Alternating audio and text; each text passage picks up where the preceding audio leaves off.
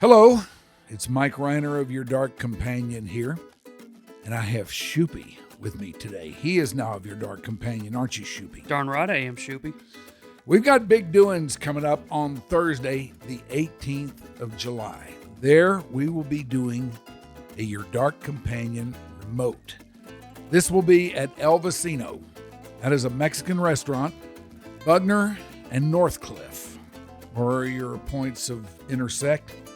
They're in that shopping center there. They're a neighborhood Mexican restaurant. I've been there a few times myself. And I will tell you, number one, it's very good.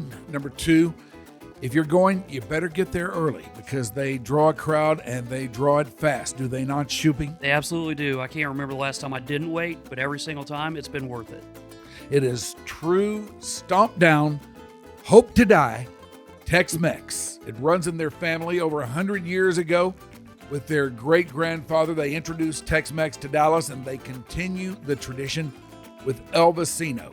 They're loved by their East Dallas neighbors since 2017. They add their own flair to traditional Mexican while mixing in some new favorites. It's great. Everything there that I've ever sampled has been wonderful. I love it. Shoopy loves it.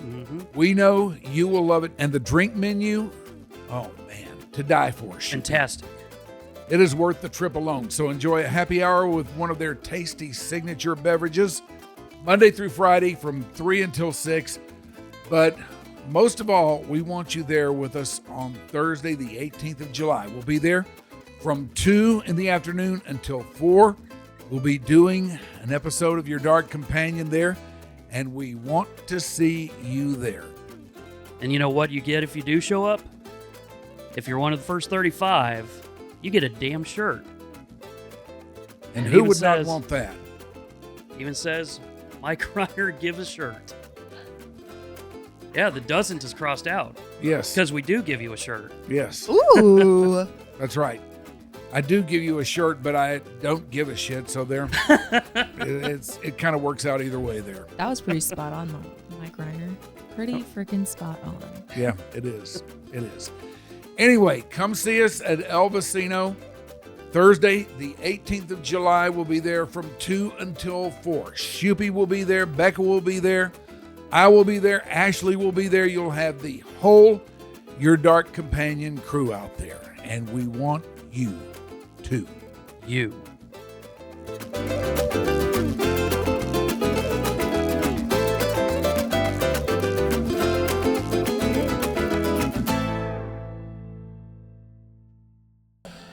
Nobody would have thought that I would be the one. Rhyner, sports talk. Baseball, baseball, baseball, baseball. Oh, with the big mic. Oh, okay. All right, yeah. Okay, now I get it. We had a lightning strike, boys. What happened over there, Grego? We had a little lightning strike right outside the window.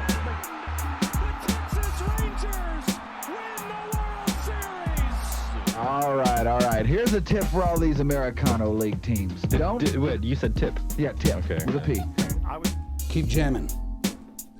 The ticket, colon, nothing but a big Gen X jerk-off session.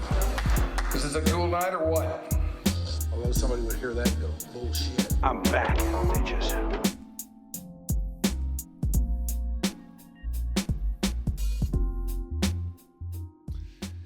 Hey, it's another episode of Your Dark Companion. Here for you. This is what they call a podcast. It can be consumed however and whenever you want it to be. So hello to you, no matter where you may be, no matter how or when you may be consuming this. We're glad to have you. We have the entire Your Dark Companion staff here today. I would be Mike Rhyner. Becca Moore, our executive producer, and when I say executive, I mean hard executive, is here. Ashley Bullington, the tech end of this thing as well, and our newest addition, Shoopy. Hi, Shoopy. Hi, Shoopy. We're back together again. Yet again, they can't keep us apart. That's right. Who would have ever thought it? Not me. These days around our Fairburg, we are getting ready for the start of Cowboys training camp. presumably we're getting ready to find out what all in really means. There was a time when we were trying to find out what do voluntary mean, but we've gone past that. It's now all about all in. What do all in mean? We will find out when they get to training camp and get their season underway here in just a little bit. We have the Rangers. What are they doing? Are they getting things back together like it looks like at times, like now? Or are they still floundering like they were a couple of weeks ago? It's hard to tell, but the trade deadline's coming up. And there are a lot of people out there who think the Rangers should be sellers, that they should unload anybody that they can get anything for and rebuild the thing. So that's something worth keeping an eye on as we work through these dog days of summer. It's getting pretty hot out there, man. We're not to August. August is the killer month. September's not too great either, but August is the killer month. But that's not what I want to talk about today. None of that. We have a guest, and it is a guest that I'm highly respectful of. It is a guest that I am, I'll admit it, a little slightly intimidated by, because she holds a much, much, much higher place on the radio food chain than do I. And I'm really, really glad to get her in here and talk to her and find out a little bit about just how it all came about. She is the great Kellie Rasberry from the Kid Craddock Show. And you can hear that on Kiss Kiss FM. FM. Yeah, Kiss FM. That's right. Pretty much nationwide, too. Yes, it is nationwide. But in Dallas, Kiss FM, yeah. Thank you for doing this. Oh, thank you for inviting me. I was very honored. How does it feel to be nationwide? Do you It feels think about pretty it? darn good. I don't think about it a lot. You know, it's like when I'm on the radio, and I'm sure you could say the same. You're just talking to the people that are in the room with you. Yes. But there just happens to be maybe 1 million people listening in. So, but I'm really just talking to the people that I'm with. So it takes some of the nervousness and the edge off of it. Do you ever hear anything one way or the other from, the affiliates? Well, yeah, I mean, we do from time to time. We have some that have been, with us almost since day one when we went syndicated, like Baton Rouge, San Antonio. We still do very well in those markets, New Orleans, places like that. Albuquerque, I don't know what happened to Albuquerque. They fell off a long time ago. But yeah, we do well where they have us. I'm sure you do. With you at the helm, you're bound to do great. Well, you know how it is whenever, the ownership changes with stations, and no matter how well you're doing, they'll want to bring in their own people. Mm-hmm. So we've had that happen a few times, but, usually we do pretty well. You ever have to fly in anywhere and We talk to do. the guys and calm them down a little bit if they're freaking? Well, it's not necessarily like that end of it. I don't know, because I'm just the talent, Mike. But for And what talent you are. thank you. I always like to say when there's like heavy decisions, I'm just the talent. Just tell me what to do and I'll do it. But with certain markets, like our larger markets, we promise them we'll do a couple of affiliate visits every year. Mm-hmm. So we do that. We go in and we meet the listeners and go to client parties and things like that. Now, as I was starting to formulate ideas about how I thought this might go or how I wanted it to go, it occurred to me that I know almost nothing That's about not you. true. No, it is. I know almost nothing about where you came from, how you got to where you are. Really? Yeah, I don't. So can we get into some of You that? get all of it. Okay. Where are you from originally? I was born in Mullen, South Carolina, which is the tobacco capital of South Carolina, but I was raised in Florence. Florence is famous for being a truck stop.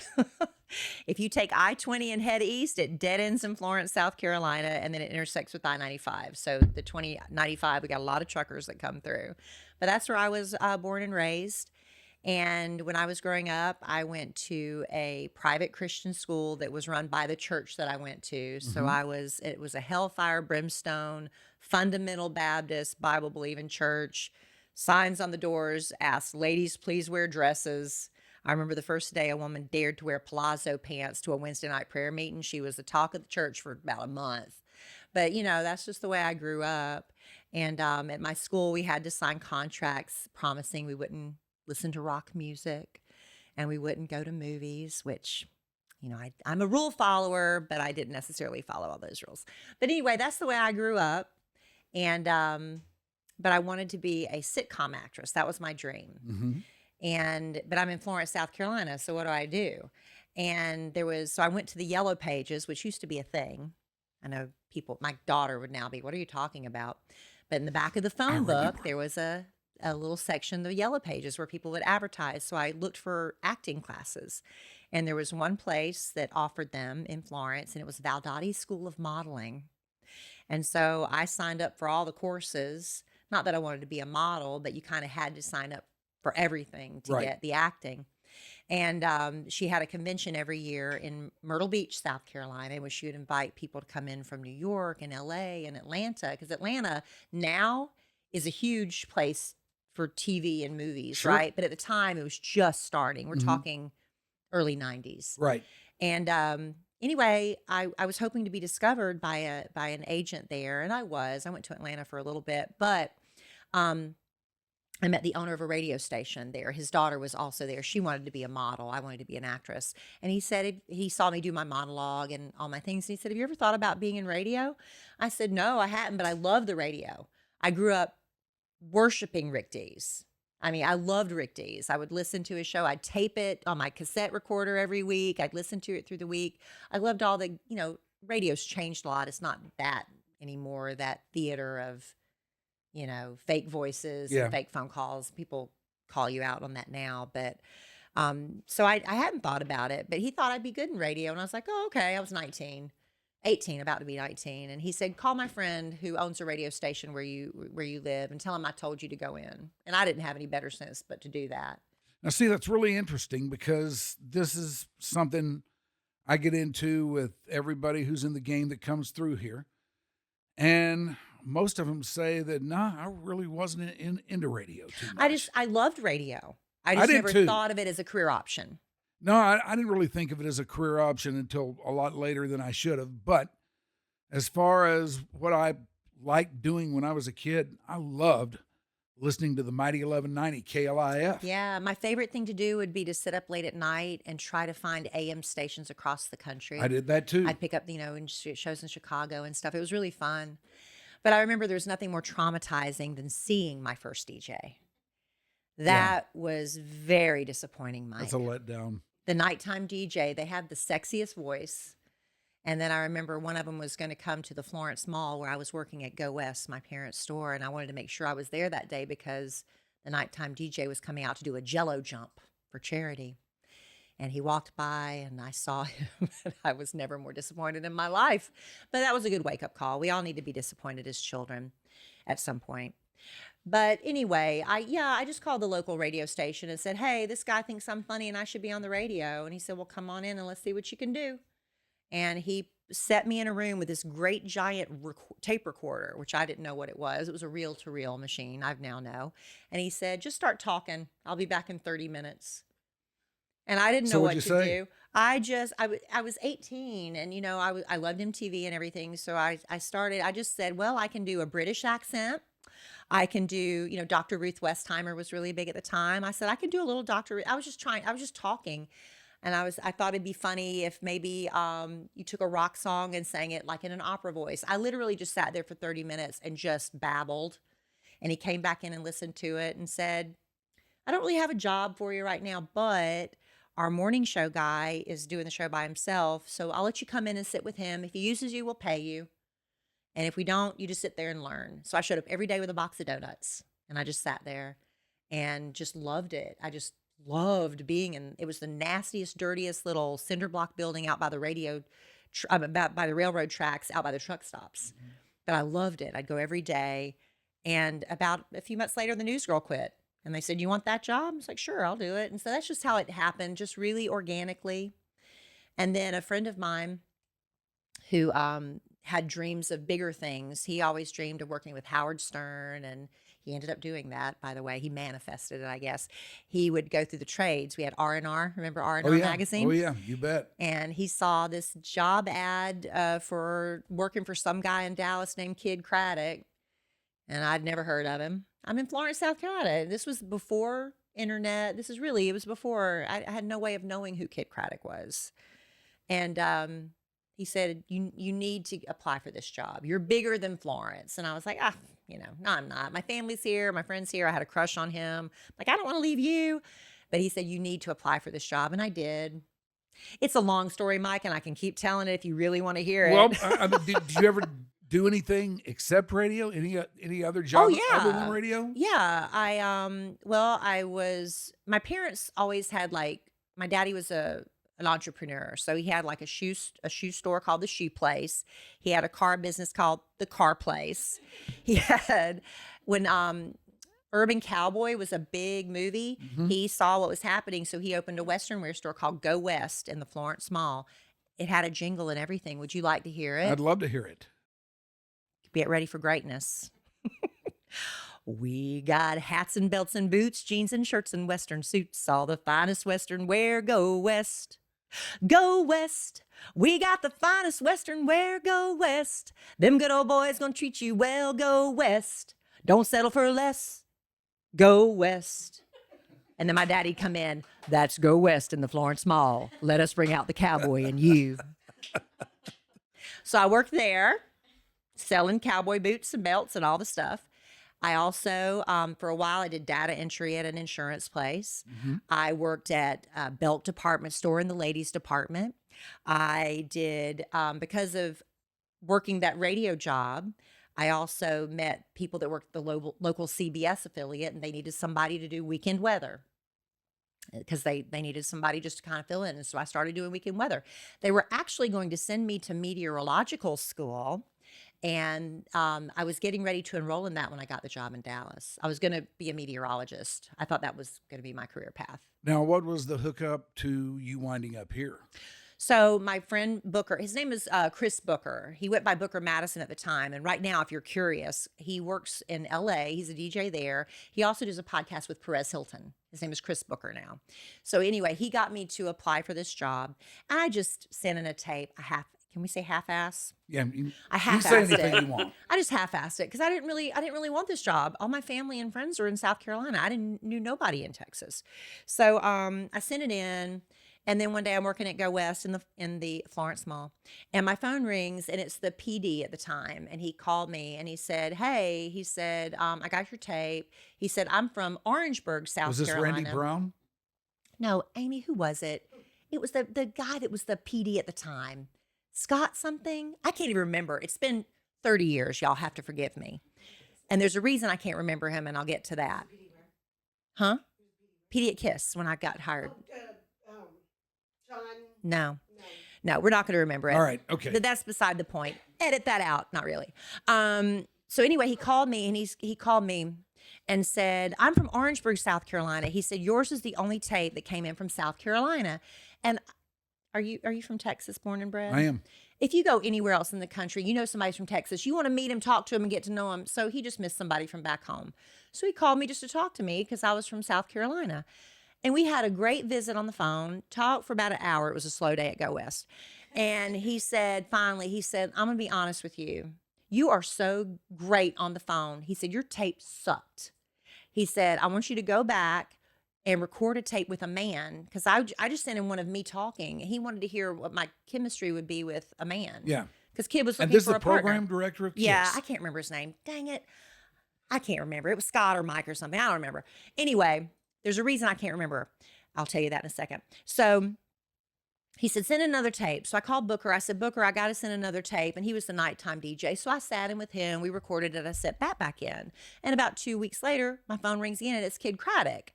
And so we're talking on the phone. We're talking for about an hour. We're laughing and cutting up. And he finally said, "Look, I've been circling the block of my house for an hour." He said, "I've got to go inside, but I want you to fly to Dallas to audition." Great. So he flew me out to audition. And I was talking to the program director who was going to pick me up at the airport. And this is before 9/11. So he said, I'll meet you, people can meet you at the gate. Right. He said, you won't miss me. I'm like 6'4", something like that. And so as soon as I get off the plane, I hear Kellie Rasberry, please come to the nearest courtesy phone. Kellie Rasberry, come to the nearest courtesy phone. So I walk to the courtesy phone and pick it up, and somebody taps me on the shoulder, and I turn around, this little short guy standing behind me. I said, you're short. It was Kid Craddock. I thought the program director was pulling a joke on me. And I was like, he's like, well, hello, nice to meet you. I'm Kid. And I was like, well, I'll just call him Scott. No, I can't remember his name. I'll just call him Scott. I was like, well, where's Scott? He's like, he couldn't pick you up today. I'm here to pick you up. I'm like, okay, but I really need to meet Scott. I didn't know what a big deal Kid Craddock was. Give me a break. I did not know. And so we get in the car, and I'm in the back seat, and his wife Carol's in the front seat, and I'm like leaning in the front seat, like, where are we going? Where are we going? He took me to Piccolo Mondo in Arlington. That was their favorite restaurant. And we're sitting there, and I'm just like, where's Scott? I got to meet Scott. Y'all got to get me to Scott. So we get to this Italian restaurant, and I ordered a margarita, and Carol Craddock could not have rolled her eyes any bigger. Who orders a margarita in an Italian restaurant? I'm like, I don't know. I'm from South Carolina. I just thought, Texas, I need to drink a margarita. Seems pretty normal to me. I respect it. Kid and I were having a blast. Carol, in the meantime, she was not feeling me. She got up and went to sat at the bar and ordered an amaretto. And so finally, Kid and I were just laughing and cutting up. And it's time to bring me back to the hotel. I was staying at the Embassy Suites at Love Field. They were going to put me up there for the week because the radio station used to be down off of Douglas, off Tollway and the Tollway and Northwest Highway. Yeah. So they put me up at the Embassy Suites Love Field. Anyway, he's like, we're all the way in Arlington. So he goes to Carol at the bar and said, I'm going to drive Kellie back to her hotel now. And Carol looks up and says, put her in a cab. That's I'm nice. like, this is going great. So anyway, Kid's like, no. And so anyway, he drove me back, and we were laughing and cutting up. Well, come to find out, the program director was fired that day. And I didn't know it. That's why I can't remember the man's name. So he was fired. And so when I'm sitting there saying, where's this guy? Where's this guy? Carol's getting kind of ticked off because she knew what a big deal Kid was. And I'm sitting there talking about some guy that just got fired. In my defense, I didn't know. But anyway, I came in an audition with Kid for about a week, and it was just effortless. We just had chemistry. I wasn't the least bit nervous. I didn't have sense to be nervous. I didn't realize what a big deal this was. But at the end of the week, he told me, I don't want you to be discouraged. I think you're very talented, but I've got somebody else coming in. I think her name was Alice Carone. Yeah. She had been on TV, Channel 11. Yeah. I believe it was. A news anchor. He said, Alice Carone is coming in to audition next week. She's the last. He'd auditioned many women. I was next to last. And he said, she's going to come in. She's got name recognition. She's probably going to get the job. He said, but I don't want you to give up. Don't be discouraged. I'm like, this is fine. Thank you for the trip. I had a great time. I'm going home to my family and to Booker because I had a crush on him. And I really appreciate it. And then a week later, he called me. I was taking a nap. And he said, what are you doing? Taking a nap. He said, I want you to come to Dallas. It just didn't work out with Alice. And I don't know exactly what all transpired. I hear there was an audience vote. And anyway, so I said, I'll turn in my 2-week notice. He said, no, turn in 1 week. Shoopy. The hell? That's Oh, my all right. God. It's all right. He said, turn in your 1 week notice. I said, I can't do that. I don't want to, piss anybody off. He said, Kellie, I promise you this. He said, you come to work for me and you will never work in Florence again. And I said, okay. So I turned in my 1 week notice, and they were mad. Ooh, they were mad, but it worked out fine. And my daddy had a used car lot also, the car place. And so he sold me a Ford Taurus. And he put a gun in the glove box, and me and Kellie Rasberry drove to Texas. That's how I got here. And that's how you got here. That's how I got here. It was 30 years ago. My first day on the air was May 31st. It was the day after Memorial Day. And it was magic ever since. I'd never had more fun in my life. I hated weekends because I couldn't wait to get back to work on Monday. I didn't want to go on vacation. That's when you know you're really doing something that you're meant to be doing, when you love it so much you don't care if you're getting paid and you don't ever want to not do it, Yeah. That was a long story, and I apologize. That was a great story, though. Can I talk to you about Kid a little bit? You can talk to me about Kid a lot. Okay. I didn't really know him very well. You know, I liked him. And every time I was around him, he was always really, really cool to me. Well, he had a lot of respect for you, and I just assumed y'all knew each other very well based on how much y'all spoke so highly of each other. Well, I mean, just from a professional standpoint, Yeah. you know, we really didn't hang too much or Yeah. anything like that. But whenever I was around him, he was a great guy, and I would leave thinking, man, he's really a cool cat, and he seemed to like me, you know? Yeah. Was he the kind of guy who was a real meticulous planner about stuff? I've never been asked that question. Planner. He did like, you know, he had big picture things. Yeah. You know. Yeah. So he liked to do things really big. He always, we could do it this way, but how can we make it bigger, bigger, bigger? Every time we had to do something bigger, and to the point where it almost got to be, okay, that's too much, you know. But he was way ahead of his time. He was a very forward thinker. He could see the way things were going. Yeah. And he knew that things were heading towards syndication. He knew it very early on. So that's why we left the KISS building and went and became our own entity in Las Colinas. He called it Forgotten Town, because he said once we moved over there, we were the town everybody forgot. So we were Forgotten Town. And he named it Yay Networks. But anyway, he owned his own company. He owned a syndication. And so KISS FM became our biggest affiliate. Yeah. You joined him when he was now this is going to sound crazy because I can't think of a time that I ever heard Kid when I thought he wasn't at the top of his game. But he was pretty well established by the time you came on, right? Right, because he'd been at 97.1 The Eagle. He did nights there, and he was a huge deal. I don't really know a lot of his history before I got here, other than he was a heartthrob. He did all the high school proms. He did the boogie check, ooh, ah. I knew all that about him. But like I said, I didn't really know how big of a deal he was. Now, he got let go because Howard Stern came in, right? And took over, because I think Kid got moved to mornings. Howard Stern came in. He got blown out and had to sit out his contract. And during that time, he says he basically played video games, ate Cheetos, and sat around in his underwear and dreamed up his idea of what would be the Kid Craddock Morning Show. And he wanted it to be, he just saw the way things were going, that the tastes were changing. And so he wanted to make more authentic, real radio. You know, like what I was saying, I was really a fan of Rick Dees, but it was all fake stuff, you know, characters. Right. Scripts and things like that. And Kid did do a lot of scripts, but he also knew people wanted to know the real him. So that's why he did a lot with Bath Time with Caroline. And he insisted on us being very, very honest about our lives. And that's the thing he liked about me so much, was because I didn't have any better sense than just to tell all my business. Yeah. And also, we were not syndicated at the time. So I could tell a lot of my family business, embarrassing stories that were funny, but they would really hurt some of my family members' feelings, you know, if I talked about Uncle Drunk Malcolm. Now, I could talk about Uncle Drunk Malcolm a lot until we got syndicated in Florence. And then Aunt Judy got really upset that I was talking about Uncle Drunk Malcolm, her husband. So I had to, you know, kind of pull back on that. Things like that. But he insisted on authenticity. And that's what I really appreciate about him. So here you were, this girl from Florence, coming in here to this market. And you latch on with Kid Craddock, who was already a very, very strong name and would get even bigger and would be one of the, easily, I think, the 3 biggest names in radio that we have ever had around here. Oh, yeah. I mean, is that accurate, do you think? I would say so. Yeah. You know, in the 30 years I've been here, I would agree with that. Now, you latch on to that, and all of a sudden, the girl from Florence is going to get looked at. You're going to come under some scrutiny, you know? How did you handle that? Or did that bother you, or?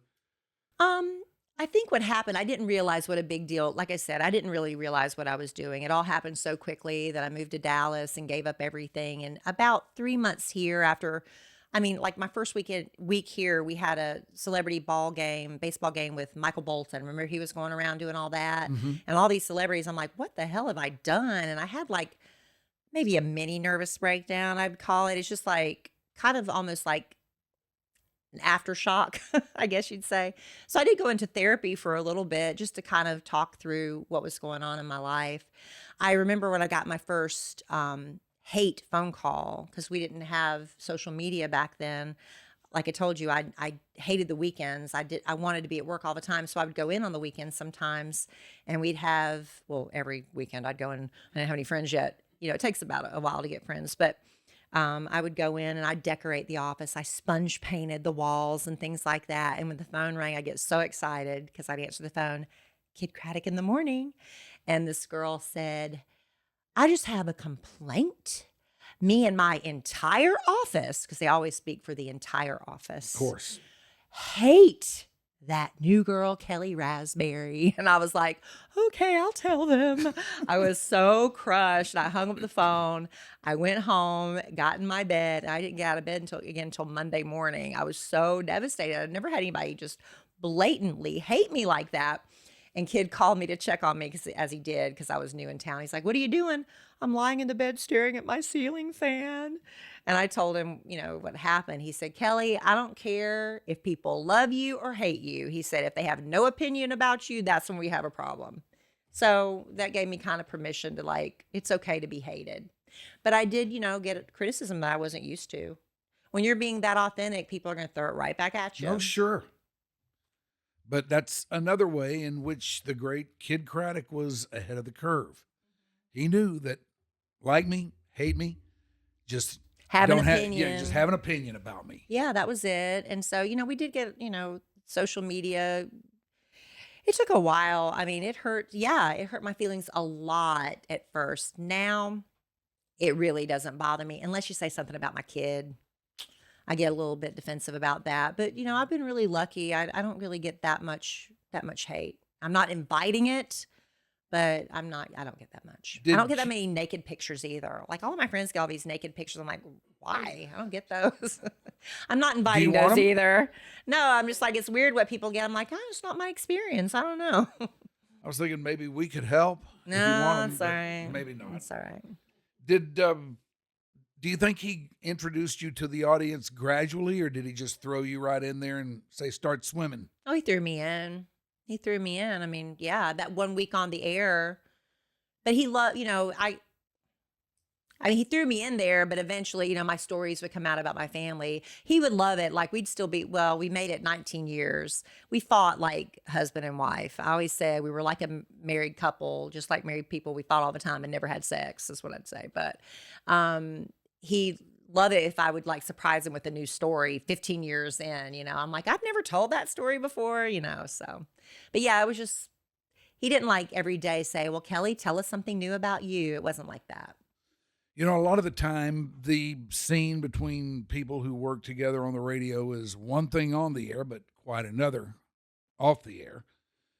And I know that I've worked with a few guys who did fine on the air, but off the air, they had absolutely nothing at all to do with each other, And at least once that I can think of, I pretty much have had to pick which parent I wanted to go live with, Was it ever like that between you two? Did you guys hang out on the air? Were things cool just all the time with you? Not all the time. When I first came, it was it was just this perfect storm. I was the new kid in town, and he was excited to show me everything.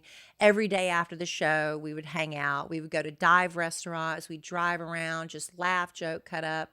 And that was like that for a long time.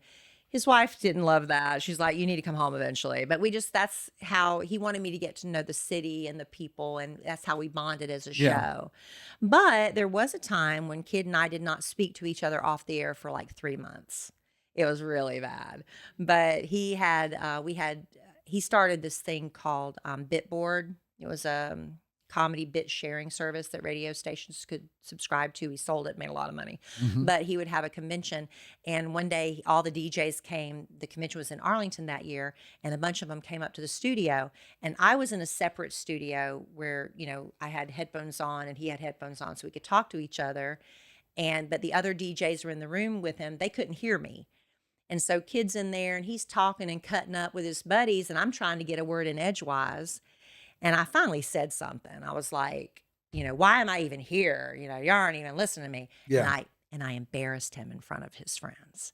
And he did not like that. And so he did not speak to me off the air for 3 months. 3 months. He was really mad. How was? It was tense. It was tense. On the air, we would be fine. Yeah. There was probably a little tension there you could hear, but yeah, for that, I finally had to suck it up and apologize. I was a little stubborn too, but we had to get past it eventually. Yeah. But that's the only time it was ever that bad. But we fought. I mean, we were like a couple. We were literally like a married couple. Yeah. I mean, that's the way it is, you know? And people don't understand. We'd have fights, but I think, we'd fight on the air too.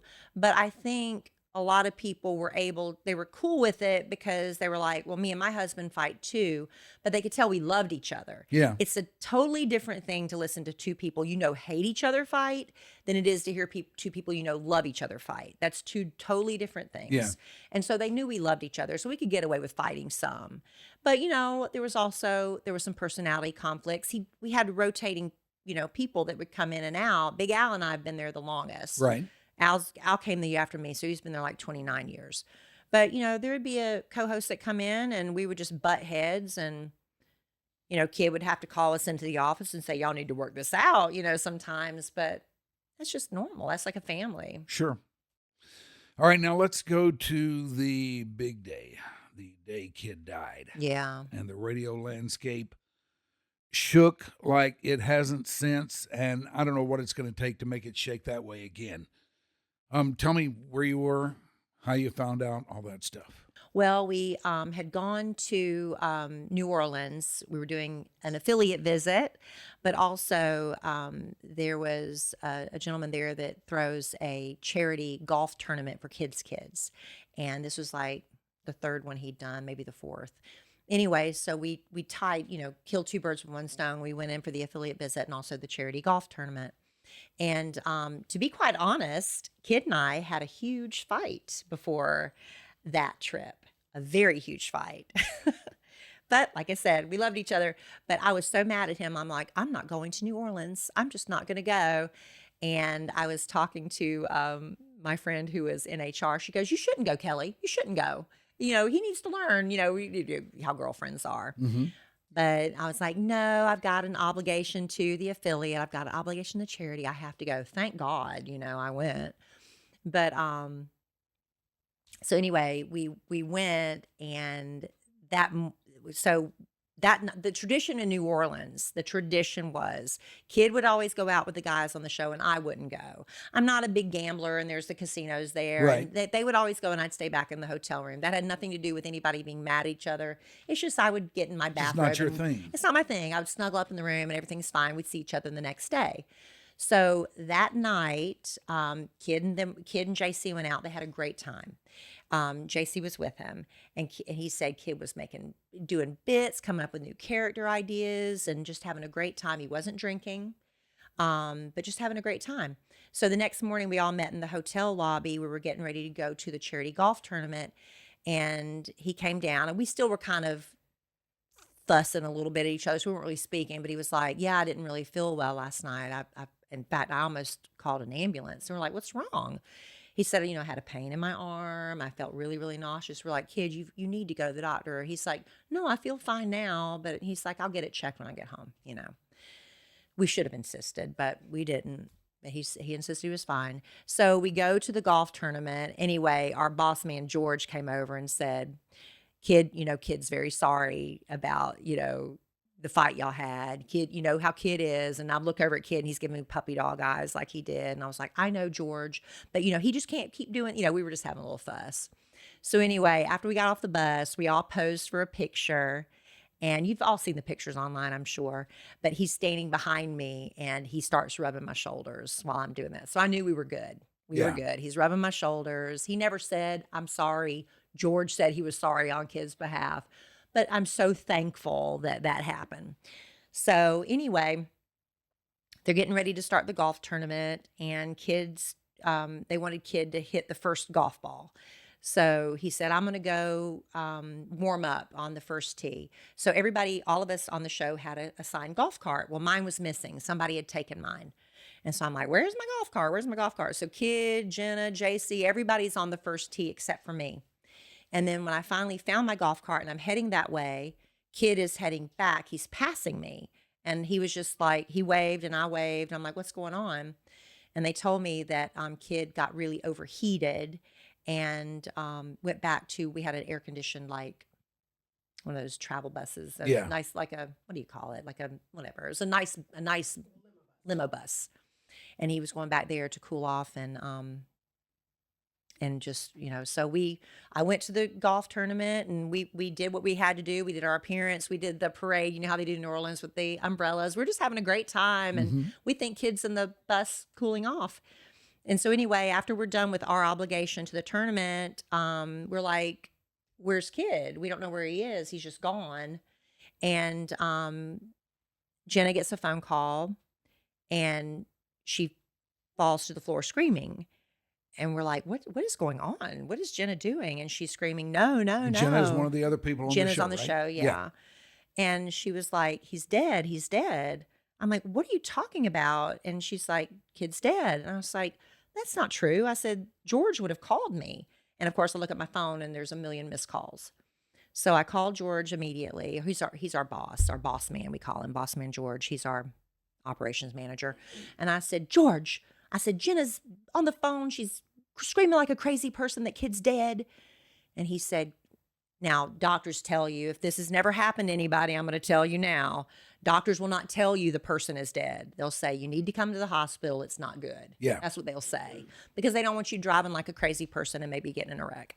So I'm like, now I'm mad at Jenna. So what happened was the limo driver called Jenna and told her that he had died. And George is telling me, no, you just need to come to the hospital. So I'm mad the whole way. I'm like, everybody's getting all worked up and Kid's just overheated and it's fine. And anyway, we get to the hospital and they take us into that room that I hope I never, ever have to go into again. It's the first and only time. And the doctor told us that he had passed away. And I just wanted to know, I said, did he suffer? And he said, no. He said it was immediate. George told us that he sat down and was just really hot and queasy. And he said, can you throw me a water? And George threw him the water and he immediately just had a heart attack and died. And George did everything he could. He did mouth to mouth. They were going to call 911 and the limo driver said, no, I can get you to the hospital faster. It's, I know where it is than that it could take to get there. Yeah. But he never recovered. So he didn't suffer. That was a good thing. But it was, hard. And then part of us is all like, is this a gag? Because Kid was a prankster. Is he pulling our leg? Because it didn't seem real. But we went, said our goodbyes to him. But here's the thing, Kid was also, he wasn't just Kid Craddock, a person. He was an entity. He was a business. Yeah. And so we were told we could not say anything to anybody. And so here's our morning show. We're like sobbing, crying, and they're putting us back on a Southwest Airlines plane to go back to Dallas. And we were like, we can't say anything to anybody. We can't call anybody. And by the time we landed, Mark Cuban had tweeted that Kid died. So somebody at the hospital leaked it, I guess. But Mark Cuban tweeted, and then that's when all hell broke loose. So what was that for the day after that like? Well, that was on a weekend. So Monday, we went back to work just for that one day because, we wanted to explain, because a lot of people didn't believe it. Right. They didn't believe it, and we had a hard time believing it. But we went back on the air, and we all just, basically told what happened. It was really difficult, but, I wanted to take the week off. I was like, how can we do the show right now? We don't even know what's going on. And the thing about when Kid died, not only he had a death clause in his contract, so that meant the show died with him. And so the people in New York were already like, well, what are we going to put on in his place? So we were going to be out of a job. It was really infuriating because at his funeral, when we're supposed to be grieving his death, there were business meetings taking place in the parking lot at his funeral about what we were going to do, and people who were jockeying to come in. And were you all participating in those meetings? No, we weren't. We were grieving. Yeah. And so, as you should have been. And I was angry. So I was trying to grieve, but then I went from that to being really angry to being scared because I'm a single mom. What am I going to do if I don't have a job? So I don't think I was granted that, real great mourning period that I needed. I have had it since. But, Boss Man George, he went to bat for us, and he asked the people in New York, he's like, you got to give them a chance. They have such a history in Dallas, and they gave us 30 days. He said, you have 30 days. And so, thankfully, our audience was rooting for us. We were terrible those first few weeks without Kid, because he always was in charge of everything. He was the captain of the ship. He told us, everything we were going to do. And so we had to figure that out on our own really quickly. But while we were terrible at it, people were rooting for us. Yeah. And so we were given permission to be really bad for a while. But then, of course, people in New York are like, well, that's just a fluke. It's just morbid curiosity. The numbers are going to go back down. Well, they didn't. They stayed up. And so they got to the point where they couldn't replace us. And so now it's been 11 years.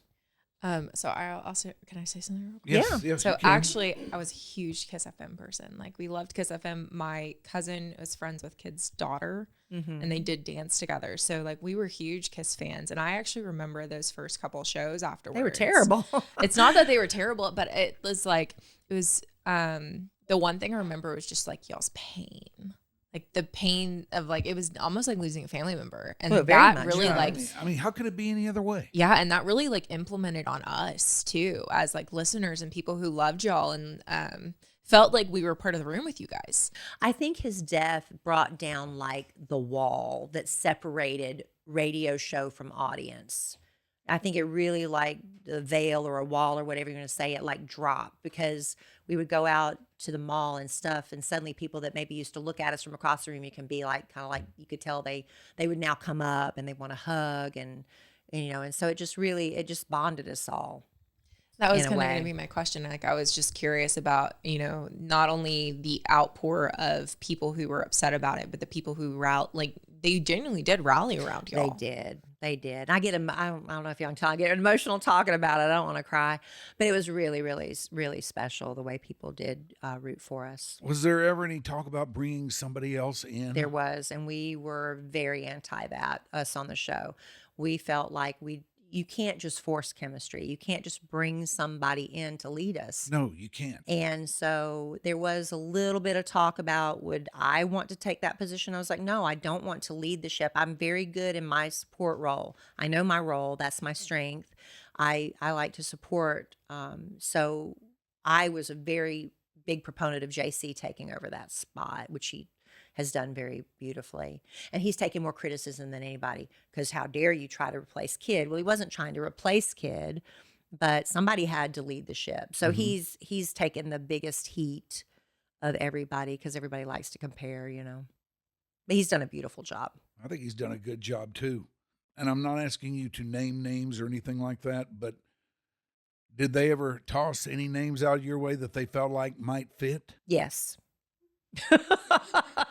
They did. And were those systematically shot down immediately, or did you ever consider them, or No. I'm just interested in the process of this. No, and I This horrible honestly, I don't episode. know how much. Honestly, I don't know much if Kellie Rasberry said, but they did respect my voice a lot in that moment. And you know what? If we're not all on board with who they're going to bring on, why even bother? Yeah. I mean, they wanted us to do so many things, because I don't think they had faith in us that we could do it without another leader. They didn't know, because they didn't know what it looked like either. And we had, some self-doubt maybe too, but, they wanted us to do all these, canned radio bits where, the War of the Roses and all those bits that those services people subscribe to. We don't do any of that. Our phone calls are all 100% real. You know that on our show. We wouldn't disrespect Kid that way. But they were throwing all sorts of stuff like that at us. There were a couple of people that I think were very seriously being considered, but we were all collectively against that. Now, somebody had to stand up to this. Somebody had to buck back. Somebody had to get in the room with these powerful radio executives. Well, that would be Boss Man George. But I mean, I would go to George, and we would vent to him. Yeah. We wouldn't, if people came in, I'm also a very polite Southern girl, and I have manners. So I never was ugly about it, but we were very adamant with George. So he was our mouthpiece. He went to bat for us. I give him complete credit for that. Yeah. But we also let him know we are not on board with the people they were suggesting come in. And we were right. I mean, we were right. We didn't need that. Now, we have since added people to the show, like part-time Justin and Anna. A lot of people that are on our show started off as interns, and they either fly the nest and they go somewhere and succeed, or go into a different career path because they're like, radio isn't what I thought it was. It's not for everybody. But the people that we have mostly on our show all started off as interns. I found it interesting that you guys have kept his name and pretty much kept everything, as near as I could tell anyway, pretty close to the way it was. The only Except that- subtle change was the name. We wanted to keep his name on the show because I think Dallas-Fort Worth would have rebelled if we tried to what would we call it? I mean, it has to be the Kid Craddock Morning Show, but we changed it from Kid Craddock in the Morning to the Kid Craddock Morning Show. That's the only really change there. Or was there a lot of feeling amongst you all that the proper way to do this is to honor his name, keep things as much the way they are, even down to that? Because I think most people would, put in that position, change the name of the thing. I know. I think it's pretty much unheard of. We have people come into, I remember Marlon Wayans came in and he was like, who's Kid Craddock? And we're like, well, he was making jokes. I'm like, well, he's dead and he about died. He's like, nobody, where else in the history of radio has the host died? The show keeps going and keeps the host's name. I mean, we are very unusual. But in that transition period, we played a lot of Kid Craddock. We did a lot of best ofs. So it was like at first, we played a lot because people wanted to hear his voice. Yeah. And then you just gradually wean off from that. It took a while, but now we only play like on special occasions. We'll do like, oh, it's a Thanksgiving flashback. Or it's a 4th of July flashback. So we do that. So we still honor him in that way. And we have a thing called Kid TV that runs we're like, you can watch us on TV while we're doing the show on Twitch. Yeah. But then during commercial breaks, we'll play old Kid Craddock breaks. So he's still very much alive and part of the show.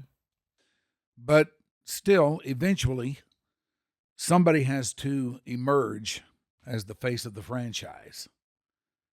And that person is you. Well, I don't know. It is, Kelly. I think that's in your opinion, Mike Rhyner. But, we do God, everything. I love it when she talks to me like that.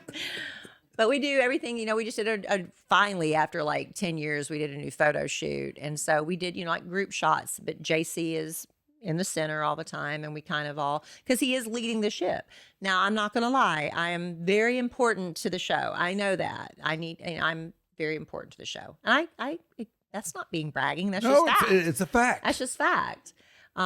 Kid always said the day I left was the day he was going to retire from radio. And so, what happens the day that I don't want to do radio anymore? What's going to happen to the show? I don't know. I haven't thought that far ahead yet. Are we close to that? I'm closer than I was yesterday, but I don't know. It's like we've still got, I got married 7 years. I just celebrated my 7th anniversary with my second husband, Alan, and he blessed me by bringing 3 more children into my life. And our youngest is just going into the 6th grade. So it's like, well, got to at least get that one into college, So I've got a few more years left in me. Are we always going to be on Kiss FM? I don't know. Are we going to transition? Is the show going to move together to another format? Well, see, now just some of us. Now you're talking, though, about the transition of the whole game of radio. See, that's it. I don't know what that looks like yet. We haven't even begun those discussions. I'm just saying, eventually, inevitably, it's going to happen, right? Yeah. It's hard to imagine because I had a little swim back through it not too long ago. And I got to say, it's a very, very different game than what I knew. Yeah. I've been very lucky. I go into other radio stations and I see how things are run, and it's like nothing like I'm used to. We were very, very fortunate. The environment the kids set up, the autonomy we had, we were very, very lucky. He fought battles that we were never even privy to, never even had an idea. He protected us a lot from all the minutia and garbage. So we could, because a lot of that time, he knew in order to let us shine and have fun and say whatever we wanted, that we couldn't be hampered by, oh, we're going to get in trouble if we do you this. couldn't be thinking about He took all all that. the bullets. So that was really good. Were you ever his sounding board on any of these issues? Every once in a while. One time he told me to fire Big Al. He got really I never told Big Al that until after Kid died. And Al could not believe it. I was like, yeah, he was really mad at you that day. And he told me, he's like, we got to get rid of Big Al. I'm like, why? He's like, I don't know, but you got to tell him. And I never did. I never said a word to Big Al, and I guess Kid got over it. Do you feel like you've made it? I do. If I sit back, yeah, it's like my ego is satisfied. My ego is very, very satisfied. I used to want more, but now it's like at some point you got to sit back and say, wow, what I've got is really great. And I've gotten to do, if you just take a minute and look back over everything you've done in radio, everything I've done in radio, you're like, dang, I got to do some really, really cool stuff. And, you know, meet some really great people. And, you know, I just got inducted into the Texas Radio Hall of Fame. And so that was like, I never even imagined something like that, you know? That's So pretty neat. it's very neat. And I never saw that for myself, but a lot of really cool things have happened. So my ego is satisfied. I don't want to stop creating. I mean, what am I going to do? Talking for a living is not that hard. It is for some people, it comes naturally, right? So for us, it's like people ask, I keep hitting this microphone. You'd think I do radio for a business. But like they ask me to go to these conventions and like do workshops and share my secret. I'm like, I don't know how to tell people to do radio. All I can say is just be yourself. Yeah. And that's not, how do you teach that?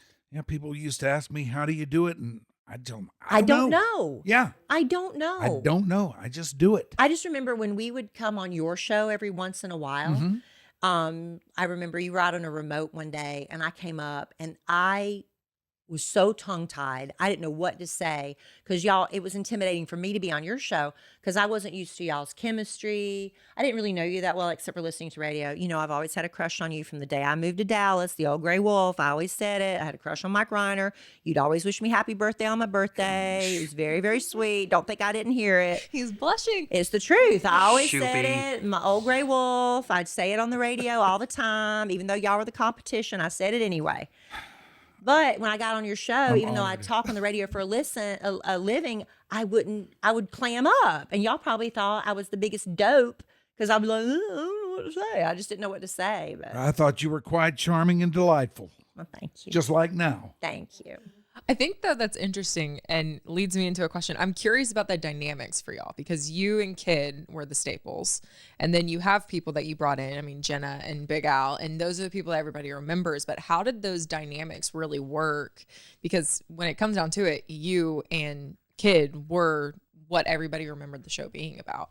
So how did y'all bring in other people, and kind of what was that process for you guys? Well, for new members like that he like interns and stuff, he'd bring them in like little small doses. He would bring them in for certain bits and things like that. And a lot of times people would naturally pit the girls against each other. They'd automatically say, if they picked up on anything, they'd think, well, Kelly and Jenna hate each other. Kelly and Anna hate each other. Kelly and Taylor, there was Taylor too. It's like they always pit girls against each other. Even though I've never felt threatened. I don't know why there can't be more than one woman on the show. So, but he would introduce them in like small doses. I was the only one he kind of just threw on there. Like Big Al, when he started, he was a limousine driver. He had a First Impression limousine, and he did live commercials on the radio. And Kid just thought he was really funny. He said, why don't you just start coming in and hanging out? And so he would hang out, and eventually he was just there all the time.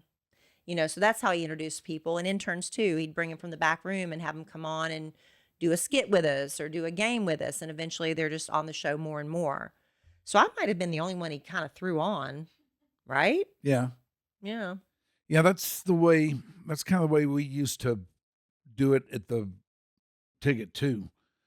I mean, I thought I was stealing from Howard Stern, but really it sounds like I was just doing it the Kid Craddock way. Well, Kid used to say, if you steal from us, you've stolen twice, because we stole it from somebody else. Oh gosh. Well, this has been an absolute delight. All right. Has let me it? add one more, I feel one more like I thing. have One more talked too much. Let me get. Well, this is all about you.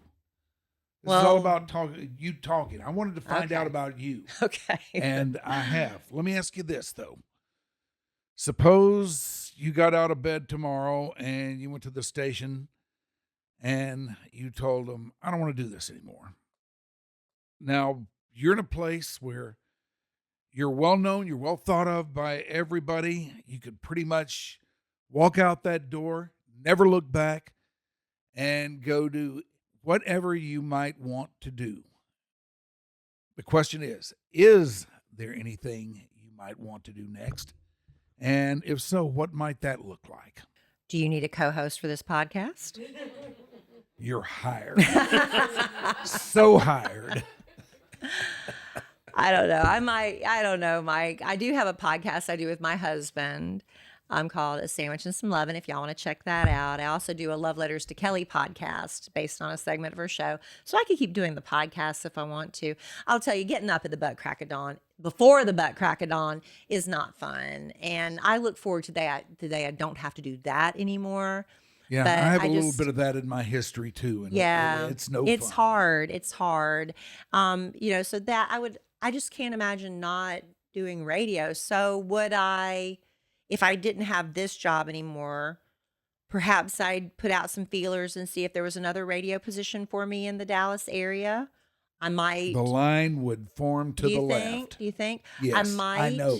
I might reach out to the local TV affiliates and say, would you maybe like, an entertainment type reporter, sort of like a lifestyle, maybe something like that with TV. You'd be great at that. I might do something like that. I thought of, my dream growing up was to be a teacher. But I tell you what, I don't know if I could teach today. The teachers have it so hard. They have it so hard, but it breaks my heart. But, for a while there, I thought maybe I'd like to be a teacher, but now that's probably not going to happen. See, that's where I thought I'd wind up too. I thought I was going to be a junior high history teacher and a basketball coach. I wanted to be an English teacher. I love Yeah, English. I would have done that too. But basketball coaches are usually history teachers. I love diagramming sentences like nobody's business. I love diagramming sentences. I love editing.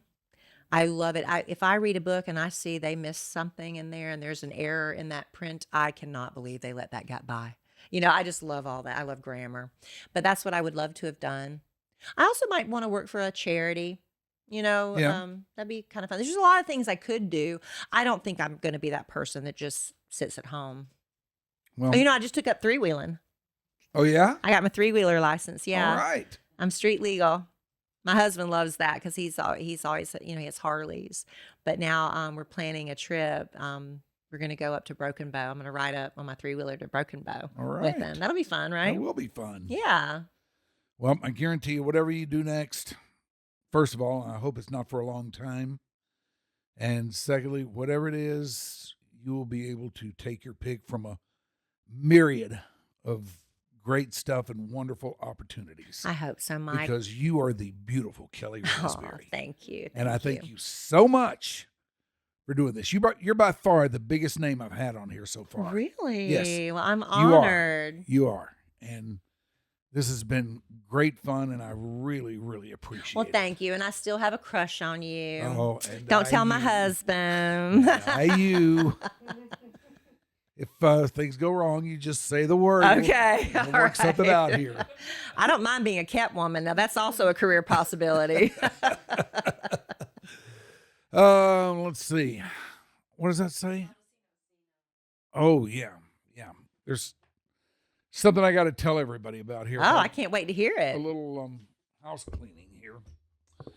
We are going to be at El Vecino. El Vecino is a neighborhood Mexican restaurant, and we're going to be doing a podcast over there Thursday, the 18th of July. It will run from 2 until 4. Shoopy will be there. Hell yeah. Shoopy is a big fan of that place, I'm told. Been there many a time with my girlfriend Darcy. We love it. Yes. It is the neighborhood Mexican restaurant where you can share great food and drinks with your family and friends. It runs in the family. Over 100 years ago, with their great-grandfather, they introduced Tex-Mex to Dallas. They continue the tradition with El Vecino, loved by their East Dallas neighbors since 2017. They add their own flair to traditional Mex while mixing in some new favorites, all home-cooked with care. I've been there a couple of times. I can tell you firsthand, it is outstanding. It is 3 cuts above your standard Mex fare that you might get anywhere else. And we're going to be there with a podcast on the 18th of July from 2 until 4. And we would love it if you would drop by and just see for yourself what El Vecino is about. Check out the vibe. We dig it. We think you will too. It is El Vecino, Thursday, July 18th. This has been your Dark Companion. We thank you for watching. If you would like to tell us what you think, you can email me at theoldgraywolf@gmail.com. You can find me on Twitter at theoldgraywolf. I'm on Facebook. I'm on Instagram. I'm out there all over the place, and I would love to know what you think about what we're doing here. And if you've got anything to say, good, bad, or indifferent about it, I'd love to see it. Thanks to Becca Moore, our executive producer. Ashley, stringing this thing together in that way that you do. Shoopy. So good to have you here. So good to be here. All right. That is it. We're done. I'm Mike Rhyner. I'm going to take my pants off.